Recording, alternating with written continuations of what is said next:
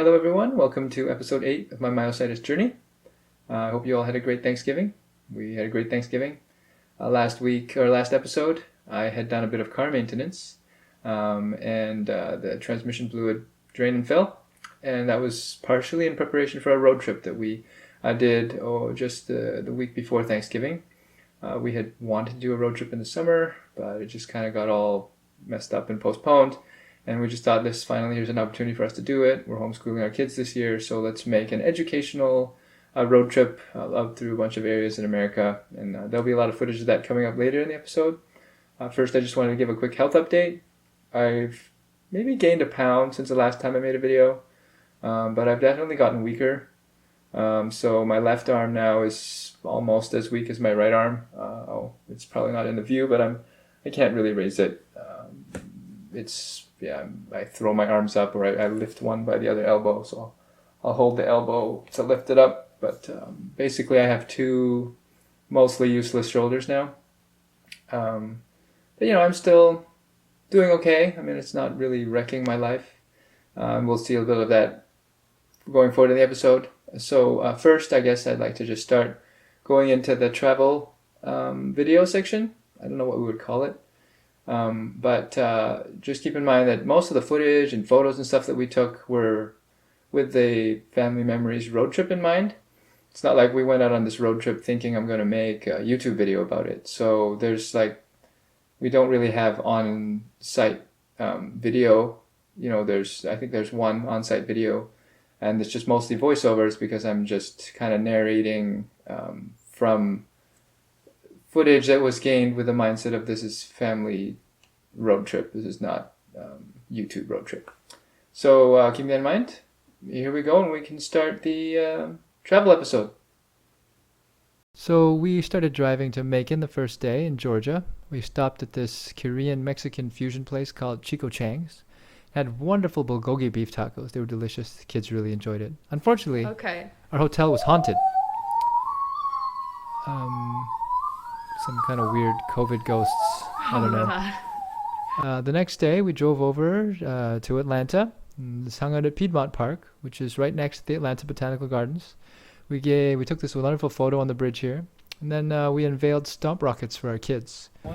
Unfortunately, they determined... Oh, went over me. The purpose of the stomp rocket was to shoot at the parents. So we were required to stand still. In the evening, after this, we attended the lights at the Atlanta Botanical Gardens, and they made s'mores, which was really fun. A lot of sugar, I think. He was very excited. He did this for a while, entertained some of the people who worked there. And then we walked through the gardens and enjoyed the different displays. This is a seasonal display of Alice in Wonderland themed stuff. The big draw at the Atlanta Botanical Gardens is their singing trees. I don't know what it's called, but it's this elevated walkway. You're 20 feet up from the ground. It's a quarter mile, maybe half a mile long, and the trees are even up above that, and they hang these light strings, like thousands of light strings from the trees, and they play a light show on the strings, synchronized with music. So this was a very popular attraction. A lot of people would say this is worth the price of admission. Can't really tell from this video how expensive it is, but it was very entertaining. The kids really enjoyed it. You can see there's a photo here of them looking at it coming up shortly. That was a lovely evening. It's just one more picture of the gardens. And the next day it was time to leave Atlanta, so we said goodbye. The kids are stump rocketing again, and we made the drive northward on the highways this day. We headed out towards a city in Tennessee called Chattanooga. I really wish we had spent more time there. It wasn't in our schedule. In a future time we will. Chattanooga choo-choo. It's a lot of train stuff. We spent time at Coolidge Park and a little bit of a quick walk through the train station in Chattanooga. We had a brunch there. So this was us taking a nice family photo at Chattanooga Park. Of course, the highlight of the day for the kids was finding a ladybug. We know this because we had them write journal entries about their favorite activities each day, and the ladybug was the number one entry. Here's just a quick walk past of the little model train. The outside train had poor lighting, so I just really couldn't get a good shot of it. And here are our kids rolling in the grass. The grass in Florida is not soft and it's full of fire ants, so we really take advantage of northern grass when we can. And just have them rolling in the grass. It's really fun for them. On time we leave Chattanooga, it was just our lunchtime brunch and break stop. And we headed north, continued north, as we drove along the freeways up to the city of Nashville, where we spent a night. The next morning we drove to the Mammoth Cave in Kentucky. There's a story that I want to tell. Why am I zooming in to this weird location on the way to Mammoth Caves? Well, you can see here from this overhead view that there's a sign there, and we have a picture of it. It's the Welcome to Mammoth National Park sign, and we want to take a photo with that sign. So we saw the sign. You can see here on the map also that there's like this structure that's a little bit elevated. It looks like a wonderful stone tripod. I mean, place to put a camera. It's obviously not a tripod, but you can put a camera on top of it. So I thought, oh, well, let's get the DSLR out of the car and let's set it up and take a family photo here. So they went over to walk toward the sign, and I went back to the car, which is parked over here, and I took the DSLR out, and then I started walking back, and I was looking and, fiddling with the settings, trying to make, the settings that I wanted, and looking in the camera screen, and as I was going, I kicked the curb. Now, normally when you kick a curb, and this has been the experience for most of my life, you just kind of stumble and you catch yourself.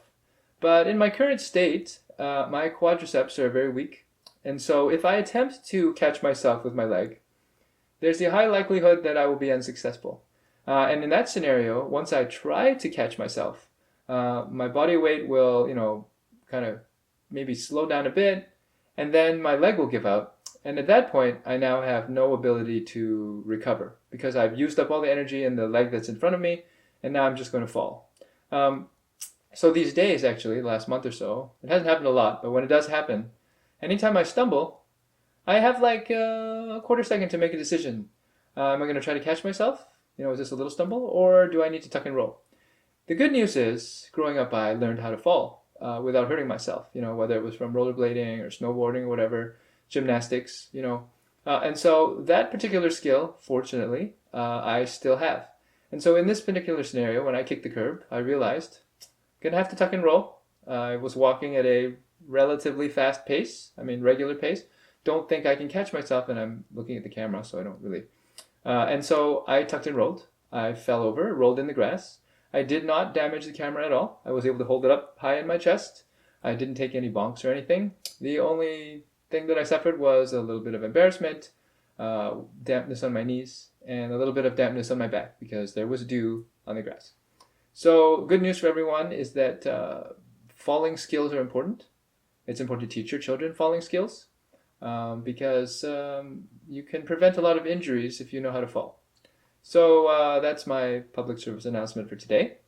If you look closely in the photo, maybe you can't, you may be able to see the slightly darker spots on my knees where they first contacted the dewy grass. So that's just a quick update there. Let's just continue on. So here we are entering down into the caves. They're very impressive. Mammoth Cave is actually the longest cave network in the world. Unfortunately, the stalagmites section was not open, but we learned a lot, and I think it's time for a on-site video. So it's day 3 of our educational road trip with the children, and we're right now in this wonderful state of Kentucky. And I don't really know what Guntown Mountain is, but when you go to visit the state of Kentucky, what are they famous for? Kentucky Fried Chicken! Finger licking good! So from the caves, we headed north for the night, and we headed to the lovely city of Cincinnati. We really only slept here. There'll be a little discussion on that later. But the kids' favorite activity in Cincinnati, this day actually, was working out in the gym facilities. They wrote this in the journals. And so because it's their favorite thing, I thought maybe we would show you the kinds of activities they enjoy so greatly. 对啊，看弟弟。弟弟在做什么奇怪的 push up， 对。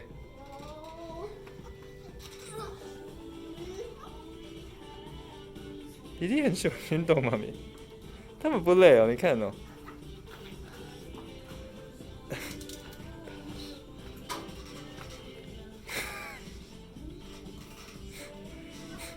This is way more entertaining than my YouTube videos.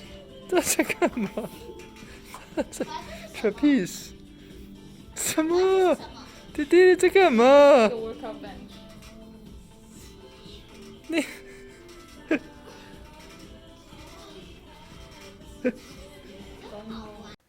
Oh, well, that was interesting exercise regimen. It's a good time, though, to transition to something a little bit more serious. I want to talk a little about worldviews. And this does tie into our next segment of our travel and the places that we went to visit. I think worldviews, when I say worldview, I just kind of mean how you see. What does worldview mean? It's kind of like your belief system about what we are, where we came from, how we came to be. You know, like how the world kind of came about, how you see the world. That impacts your life in so many ways that people don't often think about. You know, how I think people came about and what the world is really makes a big difference to the meaning of life. You know, it's one of those questions that people talk about, philosophize. I make up these words. I'm going to be a little bit philosophic. Yeah, I'm going to talk about some of those things today. I'm going to try to keep it short because some people find this boring. But please don't immediately tune me out when I say certain words like creation.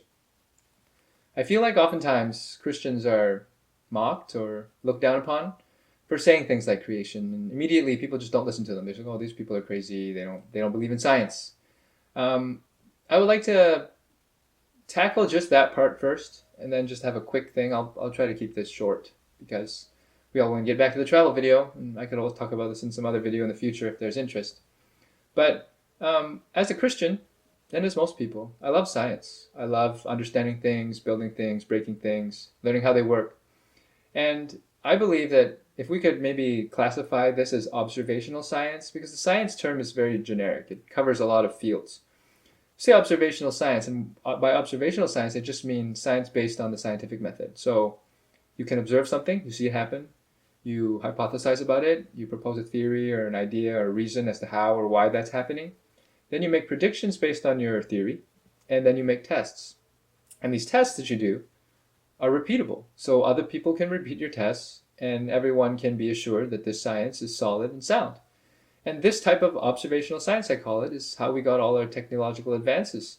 That and the accumulated knowledge of human history.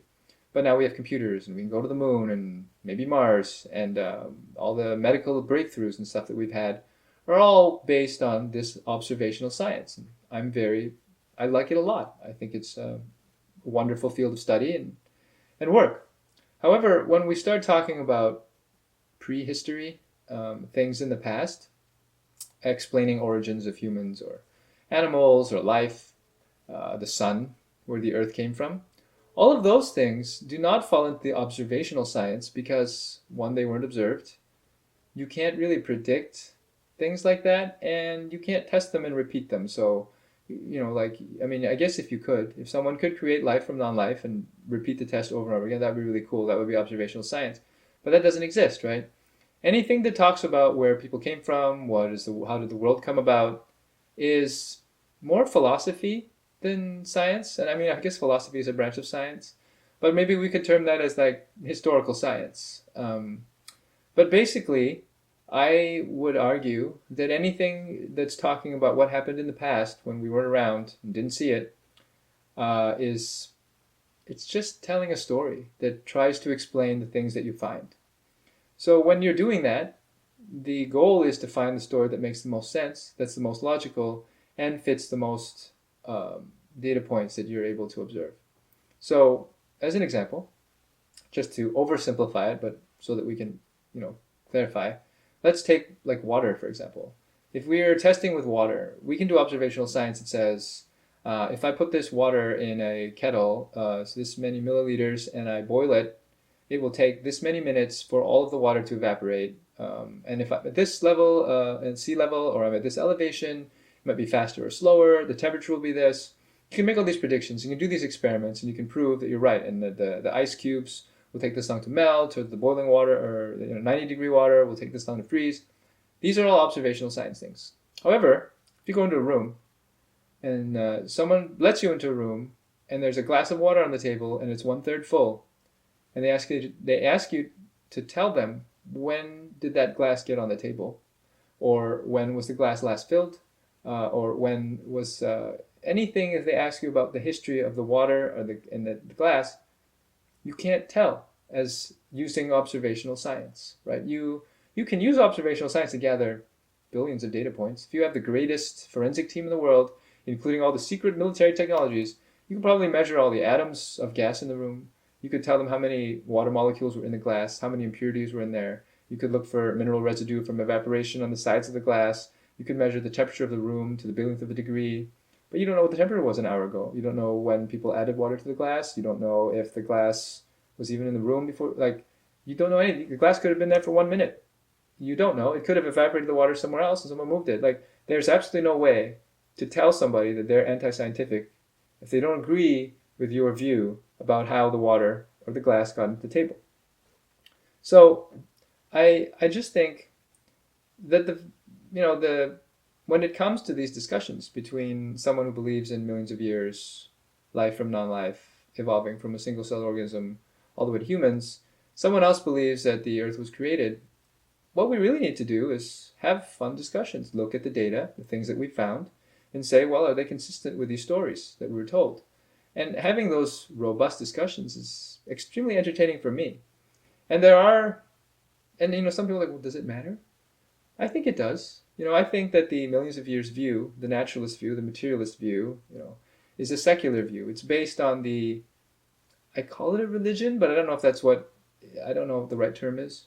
Believing that there is no God is a belief. That's not non-belief. Believing there is a God is also a belief.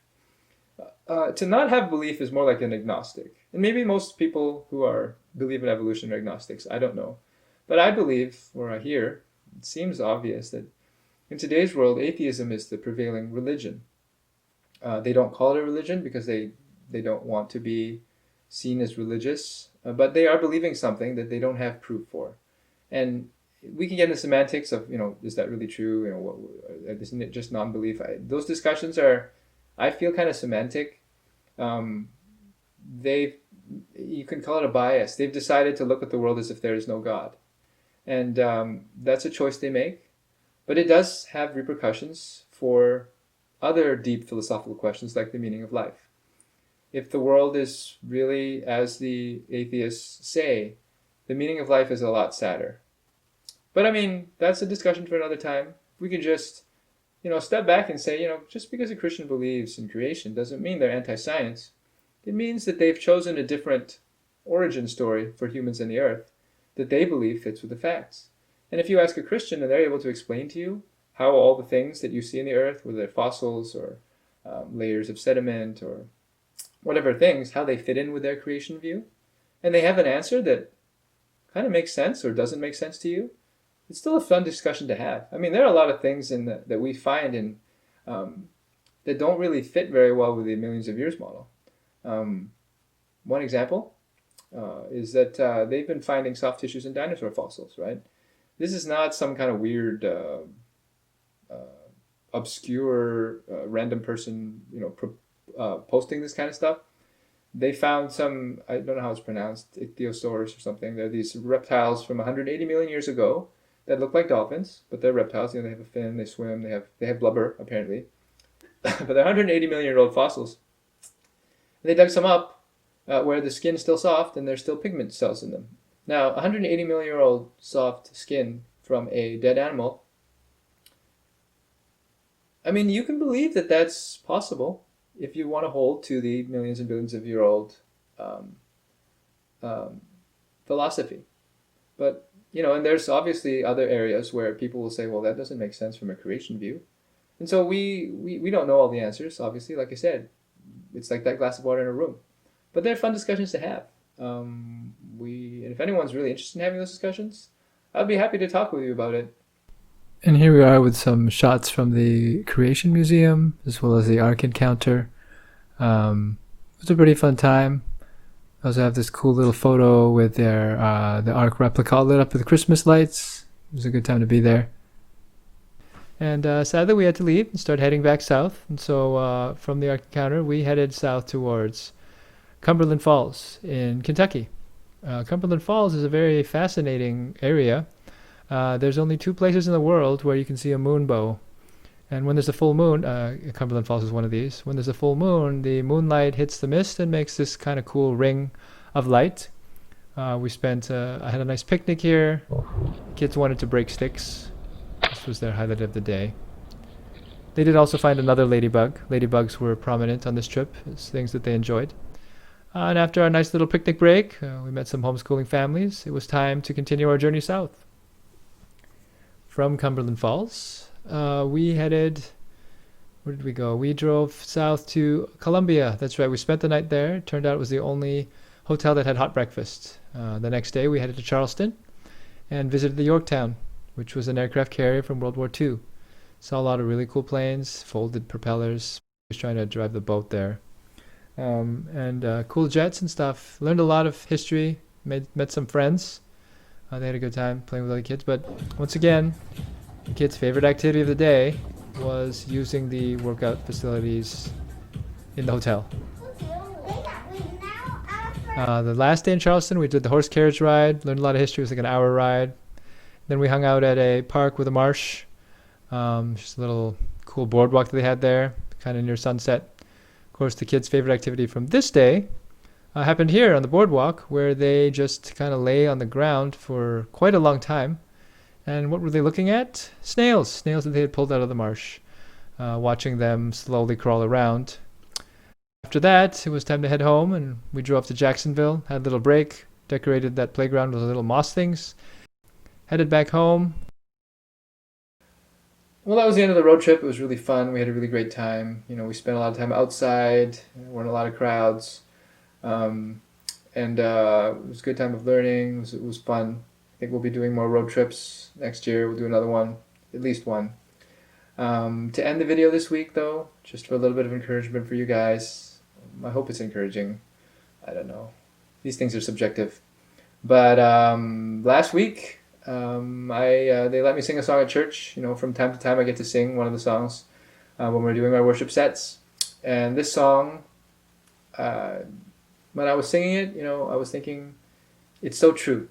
And I talked about worldviews earlier in this episode, and my worldview allows me to say that this song is 100% true. And so there's a little snippet of me singing it at church. I hope that the words are maybe helpful for some of you. And until our next episode, which I've already been planning and I've done a bunch of stuff for, part of the reason I'm not in the right room this week is because of the work on the next episode that's coming up.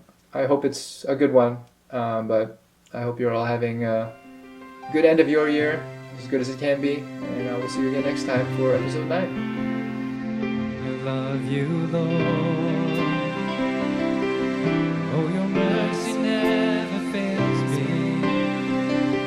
All my days I've been held in your hand. From the moment that I wake up until I lay my head, I will sing of the goodness of God. All my life you have been faithful. All my life you have been so, so good. With every breath that I am able, I will sing of the goodness of God. And all my life you have been faithful. Let's lift our voices and sing that.